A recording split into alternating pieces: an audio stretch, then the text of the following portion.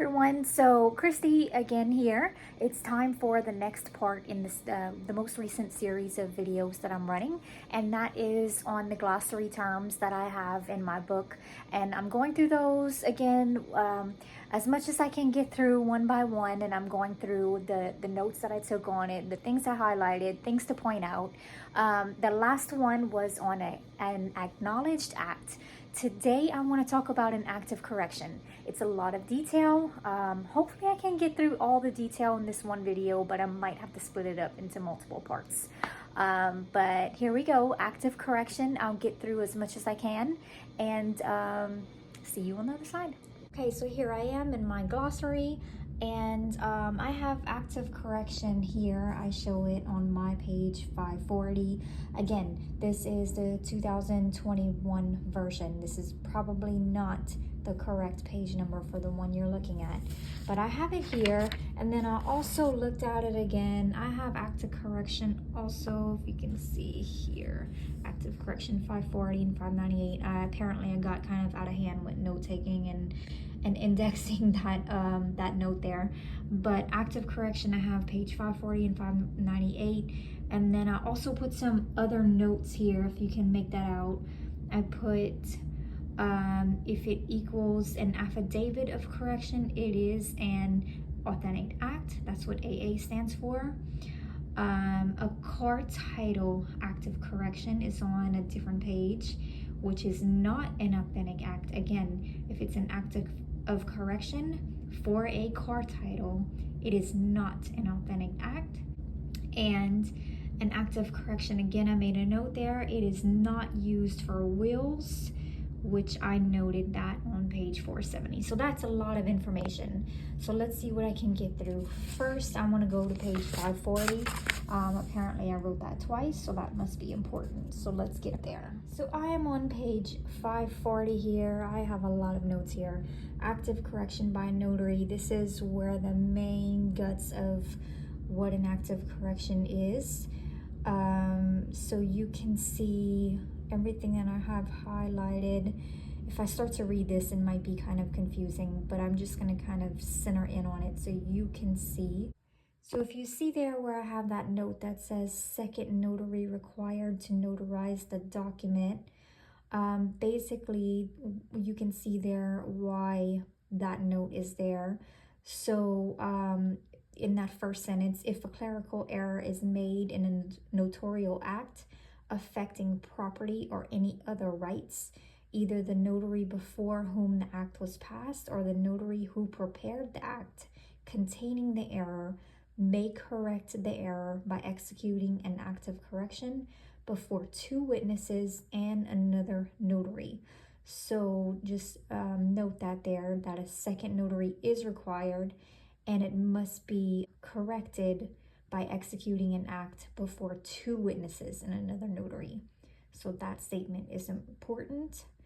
Then I also put another note here. The notary who prepared or notarized the original is the same, it equals the appearer or the affiant. So that is the person who's making the statement that there was an error made. So you can see that there. That is the same as the affiant. Okay, and then in the content of the act, you can see there again where I'm saying an affidavit is an authentic form. So that is an authentic act. So an affidavit of correction is an AA, an authentic act. And there it outlines what must be in that content of the act. So if you're looking at a form that is an act of correction or an affidavit of correction, it must follow this form. So it must have an appearance clause, a description of what is being corrected, a description of the error, the correct information, and then it goes on to the next page where we need to have the notary's authorization to request the clerk of court to correct the original record. So all of these must be in the content. If any of those things are missing in an act of correction or an affidavit of correction, it is null, it's not valid. So if you have anything on the test referencing active correction and it doesn't have one of those things, it's a null document. So then I have over on the next page an active correction by parties. So in this, a second notary is not needed, but all the parties to the original act must be there. It's not limited to clerical errors.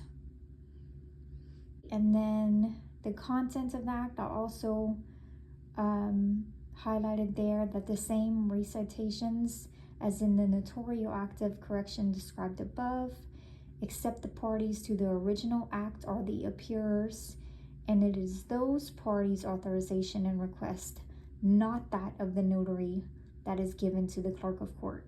So what this is saying is that the parties are saying that a correction needs to be made, not the notary.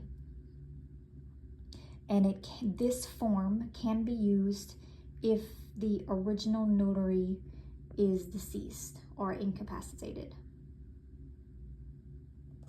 Okay, so that is the major things that I highlighted here. And I will go on to the next page and see what I can cover there. So give me just a second and I'll get there. Okay, so getting back to the glossary, let's get there first. So we showed here, I documented page 598. So that's where I want to be, page 598.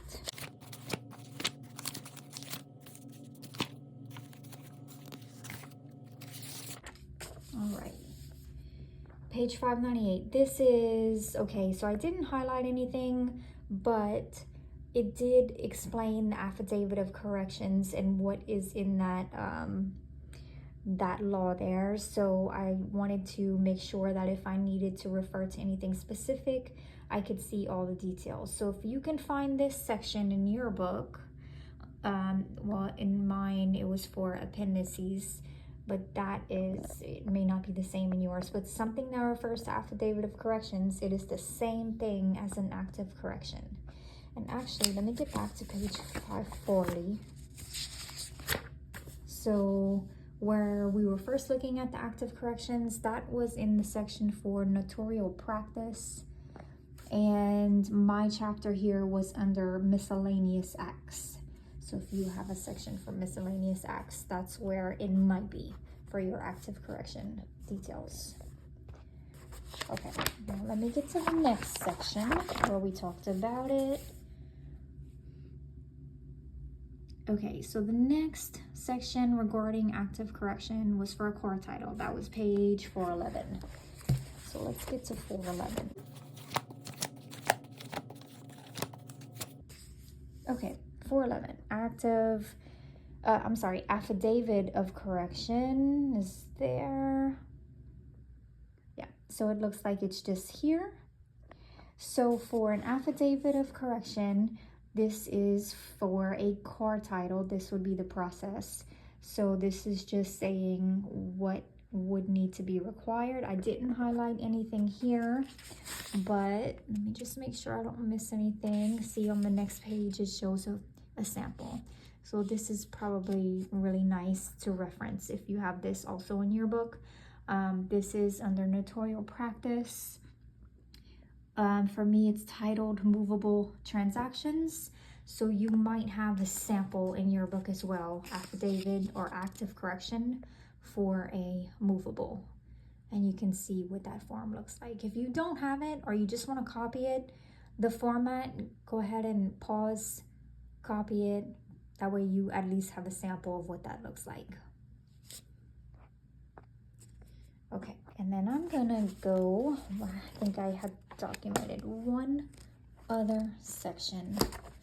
So let me get there. All right, and that was page 470, where it specified it cannot be used for wills. So I just want to make sure there's nothing specific there. I don't want you to miss it. Okay, so now on page 470, I am not seeing anything specific to active corrections here. So I'm not sure exactly, it's been a long time, I'm not sure exactly what referenced me to here, but I can tell you from my knowledge that an active correction cannot be used for a will. It would not be valid, but you can have a testament refer to another writing or document. Well, let me just read this, it'll be easier. In cases in which the testament refers to another writing or document for the purpose of making a bequest, and in which that legacy or bequest cannot be ascertained without reference to such writing, the legacy will fail. So it has to be referenced to a such writing if there is another writing. So that would make it difficult or not valid if you were referencing some kind of active correction. That just, it wouldn't make sense in the sense of a testament.